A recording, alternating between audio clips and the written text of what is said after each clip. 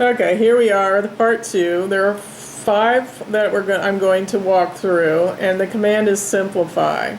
So the way these work, I'm going to give you an expression and ask you to simplify it. It's a trigonometric expression, and I want you to rewrite it in a more simple expression.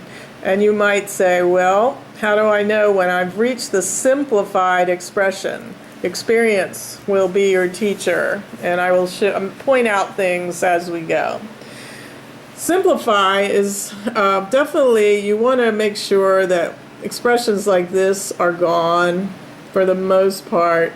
I notice whenever there's an expression with sine or cosine and one without sine or cosine, I'm usually going to rewrite this one with either sine or cosine in it. So if I was making a toolkit, let's say, did your dad have one of those big old red toolboxes? Mine did. And so here's a toolkit here. It needs a handle. I just remember trying to pick it up, and it looked like it was so nice. But when you went to pick it up, it weighed like 1,000 pounds. Well, this is the toolbox. And in it are all the tools that will help us do these problems. So the first one is going to be write in terms of sine and cosine. Write in terms of sine and cosine. So I'm going to go back and use that tool to do this problem. So instead of writing it as cosecant, I know from my reciprocal functions that cosecant is 1 over sine. So if I rewrite that as 1 over sine, then I have 1 over sine x times sine x. And this is in the numerator, this is in the denominator. They're multiplied, so I'm allowed to cross those out. So what's left when you cross this out and this out? It creates a 1. So we have 1 over 1 times 1 over 1, which is 1. I think you can tell that I'm not going to get it any more simple than that. So that is the simplified version of the first one. All right, let's look at the second one. All right, it looks like this one I am going to write, go back to my toolbox, pull out this tool again, write in terms of sine and cosine. So how can I write cotangent with sine and cosine? So I look over here, and that was one of the first ones that we looked at. Cotangent is cosine over sine, right here. So I'm going to put that in instead of cotangent. When I get to secant, that's my reciprocal function, and we're going to get to a point we don't have to look these up. Secant is 1 over cosine, and this is a numerator, this is in the denominator. They cancel. It does not completely cancel everything, so what's left is 1 over sine. Generally, we do not leave reciprocals in our final simplified answer. So let's remove the sine, 1 over sine. So going to our reciprocals, 1 over sine is cosecant. So these relationships need to be in your mind, and we'll practice them, but you need to do the work at home to bring them to mind. So this one simplified to cosecant x. So you'll say, well, the tool says to write it in terms of sine and cosine. Well, you can do that to help you get started, but again, one of the rules of thumb, if you can rewrite something without the reciprocal form, this is considered more simplified. All right, next one, tangent squared x minus secant squared x. On this one, I kind of recognize it. A bell goes off. Bing, bing, bing, bing. Because it looks something like the Pythagorean ID right here. Is it not just a rearrangement of that? So when I look back here, I see tangent squared minus secant squared. And here, I see tangent squared. What if I move secant squared over here? It would be tangent squared minus secant squared. And the 1 I move over there would equal -1. So rearranging this with algebra, I'll write down, here's what the Pythagorean ID was to start with. And I'm wondering what this looks like, what this is equal to. So I'm going to rearrange this so it looks like this. So I'm going to take the secant squared over there by subtraction and the 1 over there by subtraction. And I get tangent squared minus secant squared equals -1. So this expression I started with turns out to equal -1, and it doesn't get any simpler than that. All right, so that's the simplified answer. All right, the next one, number 4, 1 minus sine squared times secant squared. I think I will bing, bing, bing, bing, bing. So let's put this in our toolbox.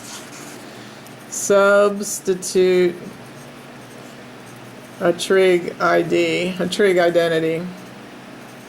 So that's what we basically did. We kind of rearranged, I guess it was a little different, rearrange a trig ID. That's what we did on the last one. This time, close to it, we're going to substitute a trig ID.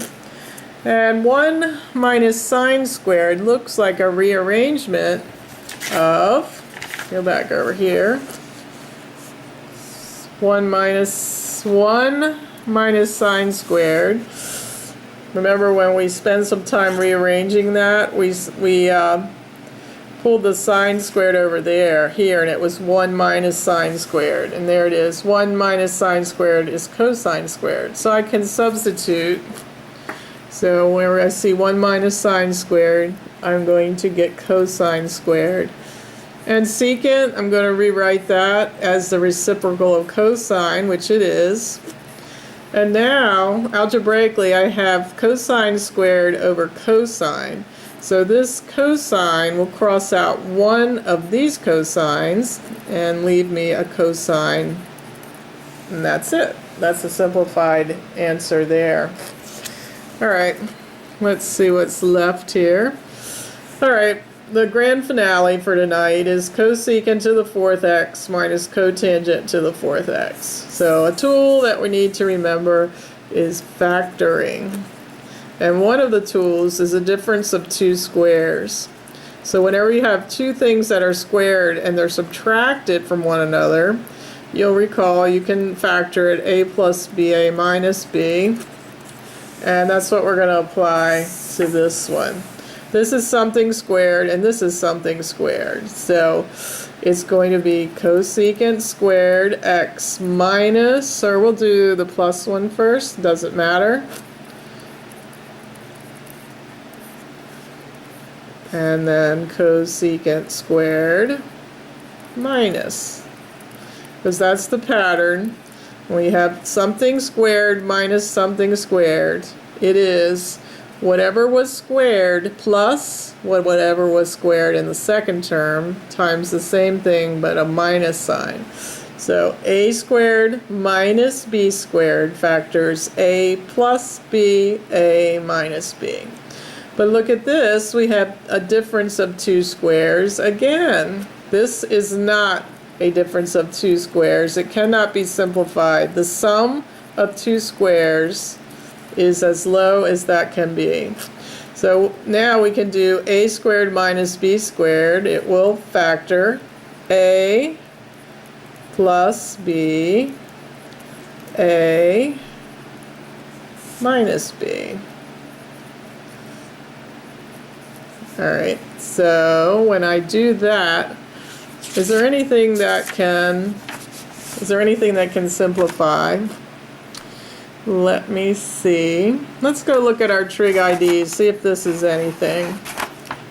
Alright, algebraically, let's see if this is anything. Let me pull back a little bit here.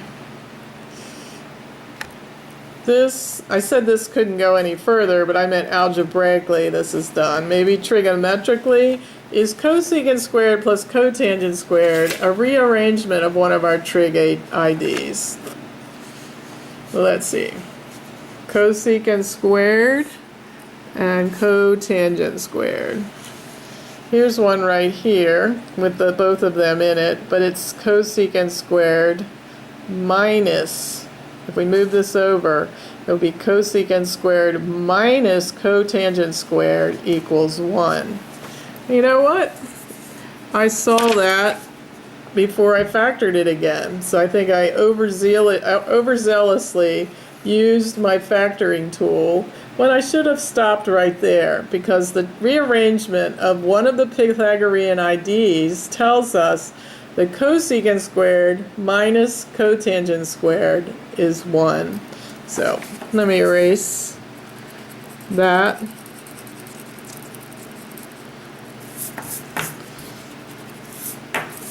It could factor further, but it didn't lead us to anything that was simplified. And so that is just a 1. So my final answer is cosecant squared plus cotangent squared. How do I know I'm done? Because I can't think of anything that could simplify that. No trig ID is equal to that.